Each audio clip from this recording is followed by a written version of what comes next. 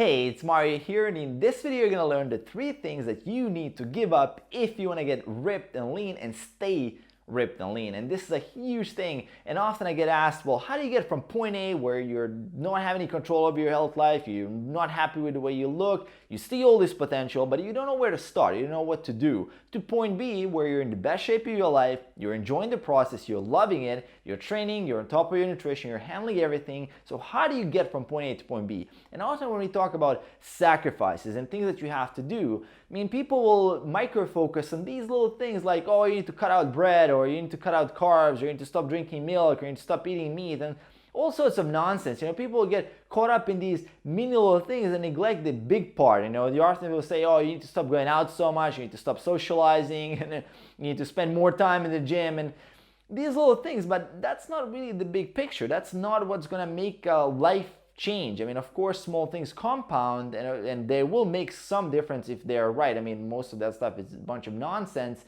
but what are some of the big picture things? What are some of the mindset shifts that you have to make if you want to be successful, not just in this area of your life, but in any area of life? And that is what I'm going to go into in this video. And the number one thing that you need to give up is instant gratification. So instant gratification simply means going for some small reward now and sacrificing the big reward that would come later as a cause of you not grabbing that small reward. So a very simple example, let's say someone locks you up in a room and gives you a cookie and says, if you don't eat this cookie within the next 15 minutes, we're gonna give you another cookie.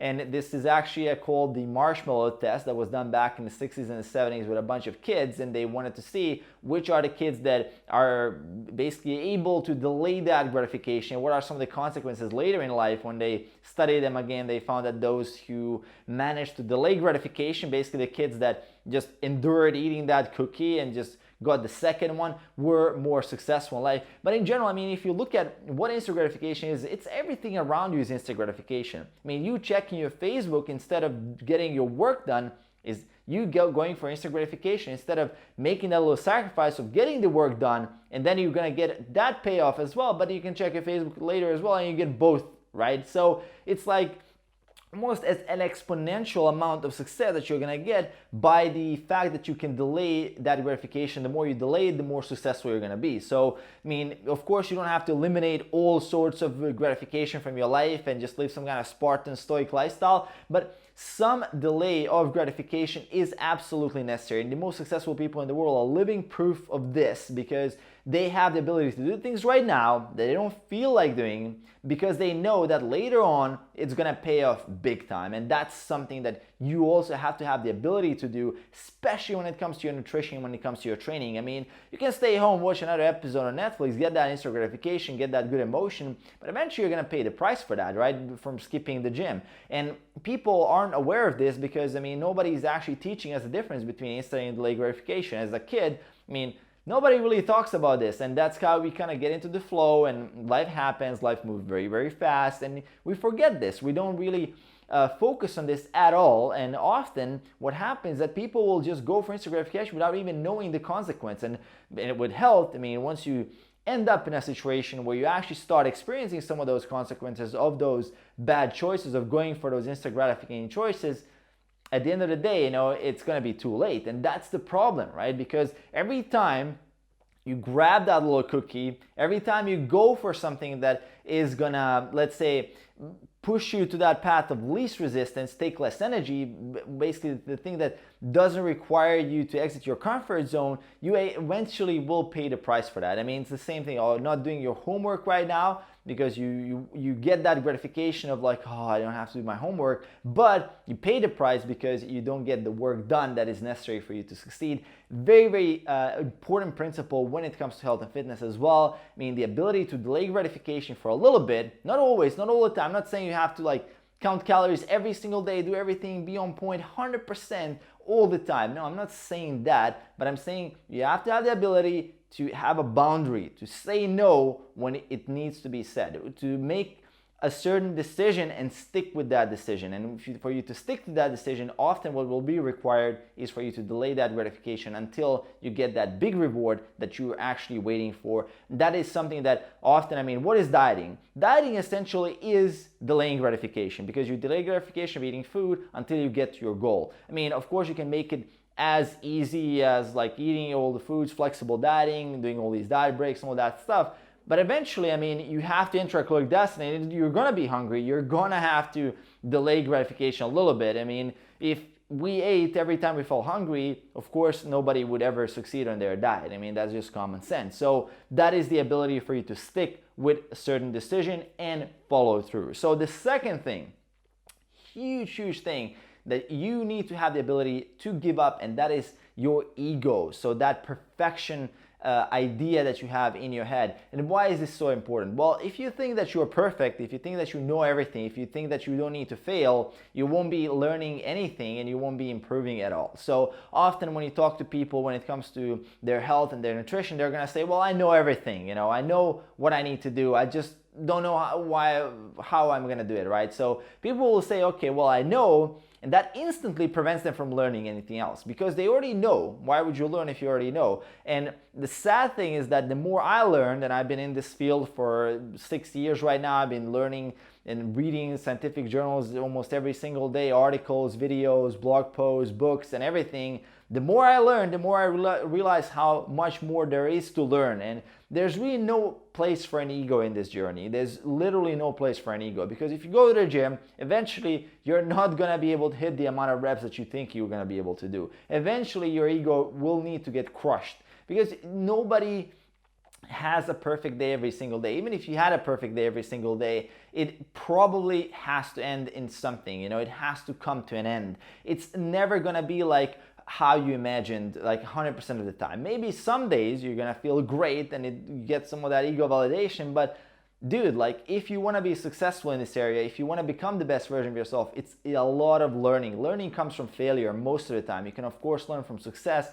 That is awesome. You can have mentors, you can have coaches that will guide you, that will give you all the shortcuts, all the vision, the timeline, everything you need to do. That's amazing. That's going to cut the learning curve a lot. But again, you will be failing at some point. You will fail. That's inevitable. And if you have an ego attached to that, you will not be able to basically deal with that failure, and then there's going to be that cognitive dissonance that's going to say, well, fuck this, you know, this is not for me, I don't want to fail, then I'm not going to do it at all. And that's what often happens with people, is that they, let's say, fail one diet, then they give up and they say, well, that dieting is not for me, because that's the ego talking. The ego doesn't like to fail. The ego thinks that you're this perfect little snowflake, just going around the world and everything is the way you imagine, and you're right, you know everything, and you're perfect, nobody else can touch you, and you know everything you need to do. And that is an illusion, and the sooner you give up your ego, the better you're going to be off on this journey. You're going to be able to ask people for advice, you're going to be able to accept advice. That is going to skyrocket your results compared to someone who thinks that they know everything, regardless of what the reality is actually telling them. As even if you have the best program in the world, eventually that program will stop working or whatever. You know, your body will adapt. It has to. You know, it's all changing. And exactly the point here is that you don't want to get your ego involved in the whole process. It's gonna just make the whole thing a lot harder.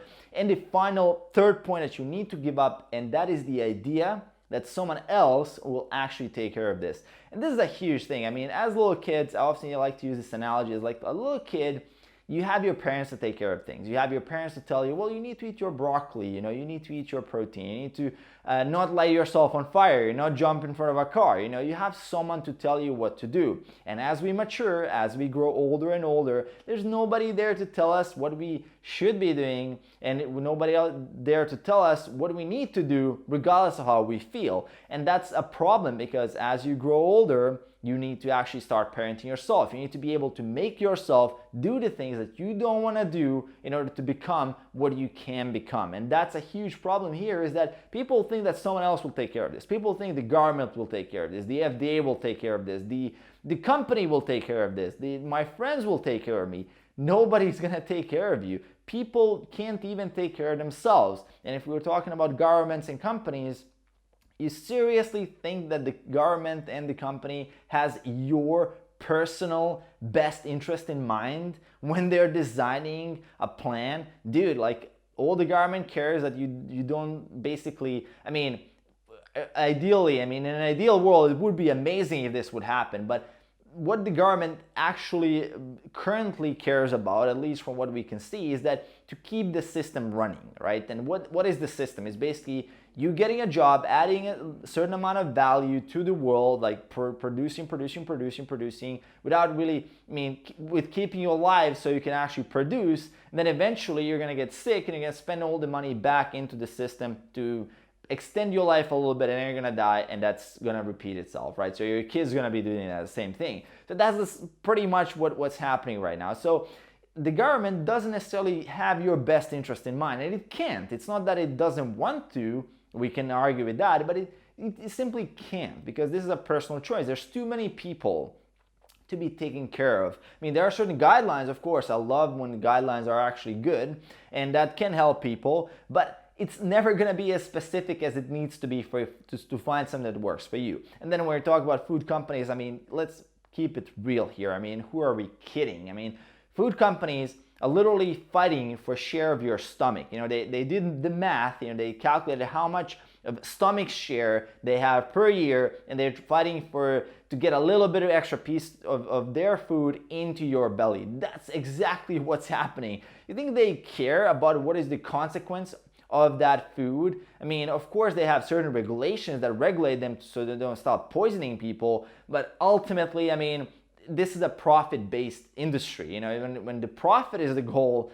everything else just falls to the side, and that's where your health is. Your health falls to the side, everything else falls to the side. So the point is that if you don't have your best interest in mind, if you don't take care of this yourself, nobody will take care of this. And if you see the world is going through, I mean, the world is just becoming more and more automated. The world is just becoming a place where you don't really need to move that much. We don't really need to do much. Everything is fast food, fast cars, everything just convenience.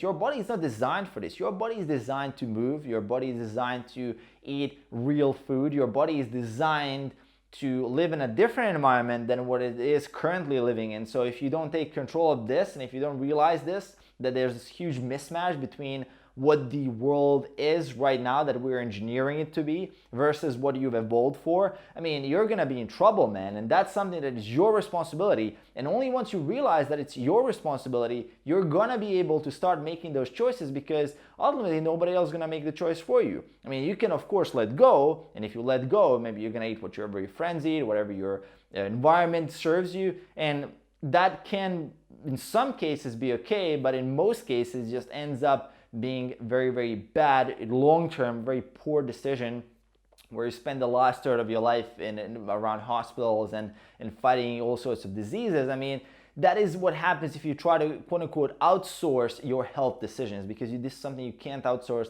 This is actually your day-to-day responsibility, and it doesn't take much more than actually having some mindfulness and educating yourself about it. And that's something that I'm trying to do with this channel, is to spread the word. What truly matters? What is the mismatch? Where are we living? What is happening? Because nobody's taking care of this, man. Like, you're an adult. You're a grown-up right now. This is your responsibility. Your parents are not gonna spoon feed you until the day you die. You know, they can barely take care of themselves, probably. I mean, if you're in my age, right? So that's the whole idea, is that you want to take control of this. It's your own health. It's your own body. It's your own responsibility. It's your own gift.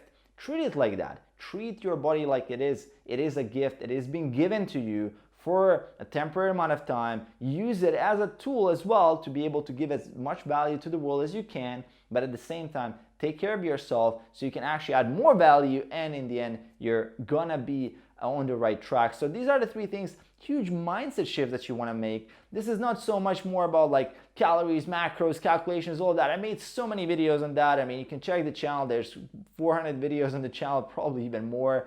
And all these things are there, the how-tos are there, but it's important to make that mindset shift as well. The mindset shift is really what drives day-to-day action, because ultimately people will not change their behavior until they change their mindset. And that is just pure fact. We can kid ourselves a lot. We can force people into boot camps. We can force people into rooms, lock them up, control their calorie intake. But in the real world, if you don't make the decision yourself to change your mindset and to really change the way you think about things, you will not be able to make that long-term adaptation that is necessary for you to make this a process that will last a lifetime. And that is something that I want for you. I want you to master this. I want you to shift your mindset, open your eyes a little bit, and see what the world really is.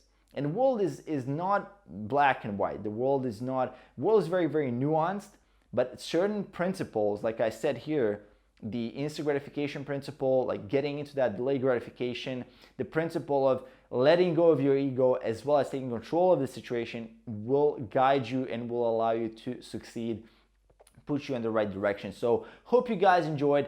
This was a little bit of a longer video than I expected, and it's something that I'm extremely passionate about in general, self-help, personal development. I know a lot of you guys read books as well, same as I do, so I'd love to hear your feedback in the comments below, how you resonate with these ideas, as well as if you have something to add on top of this, what you think would be certain things that you need to give up if you want to be successful on this journey. So share with me in the comments below. Aside from that, make sure to hit that subscribe button below to support the channel, and I'll see you guys in the next one. Peace.